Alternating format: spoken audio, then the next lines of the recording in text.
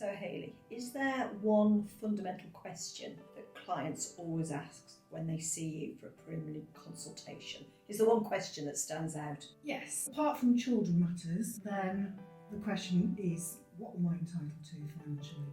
And when they ask that question, I explain to them that family law is discretionary, but there's a starting point, and that's known as the sharing principle. So what we look at is what's the size of the matrimonial assets, and we then divide those assets down the middle and see what each party should have. And if it's a high net worth case, that might be the end of it. That's what the parties need going forward. Quite often, that's not sufficient. One party may be financially weaker. They will say, I need more. 50% is not going to be enough for me to move on. That's when the parties will depart from equality, or there'll be arguments for departure from equality. That's right, Hayley. I think there is a misunderstanding that a 50-50 split of assets is the starting point and the end point in any divorce, but that's not actually the case. The equal split is the starting point. Then the court looks at whether or not there's any reasons as to why there should be a departure from equality. And the main reason there should be a departure is that if one party needs more than 50% of the assets to meet their needs. And in terms of where we're looking at the matrimonial capital, one party may need more than 50% in order to rehouse. In many marriages, you have one party who's the main breadwinner, and you may have a spouse who stays at home, brings up children, works part-time.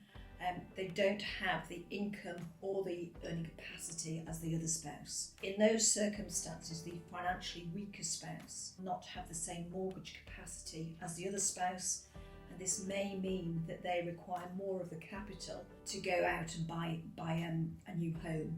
That's the main reason the court will depart from equality. I'd also add we are dealing with a discretionary regime, as Hayley said. And what this means in practice is that if you have one case and it goes before 5 judges, there may be 5 different outcomes. There's no right or wrong answer. There's just a range of outcomes which should fall within parameters. And the court has to apply a number of factors when deciding any case. These are known as the Section 25 criteria, and they are income earning capacity, they are capital resources, any potential capital resources either party may receive in the future, length of the marriage, contributions, etc. So the family court has to apply a whole host of factors when determining a case, but ultimately, and of utmost importance, is that each party can walk away from the marriage meeting their needs. And often in practice that means one party needs more than 50% of the capital. The other thing to think about in terms of the financially weaker party is that of maintenance going forward. Quite often that financially weaker party has taken a step back in terms of employment and their career, possibly because they've had children. They are the main child carer. On that basis, it's going to take them time to become financially independent in the future, and it may take a long time because the children are very young.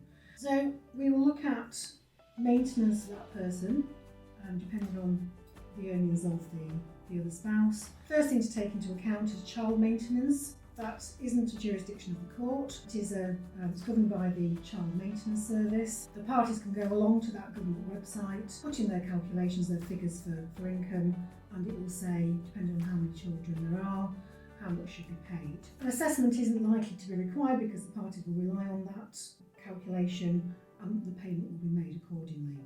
Taking that income into account, and then the financially weaker party's source of income thereafter, they may be working, they'll have child benefits possibly. How much then more do they need? And we look at their budget sheet for the future, and if there's a deficit, that's what maintenance will be claimed against the other party. An issue over how much should be paid, then the question is, how long should that be paid for? And every case is different. The court generally nowadays is looking for the parties to achieve financial independence from each other as quickly as possible within reason. They want people to have a clean break and be financially independent. Another important asset clients ask about, pensions. Pensions can be an extremely valuable matrimonial asset, if not the most valuable asset in some divorces.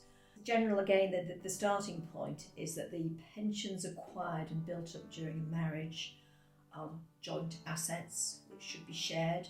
We would be looking to equalise those pensions. So I hope we've given you the main principles on division of assets in divorce. You may have other questions. Please contact us. We offer a free consultation and we'll be happy to assist.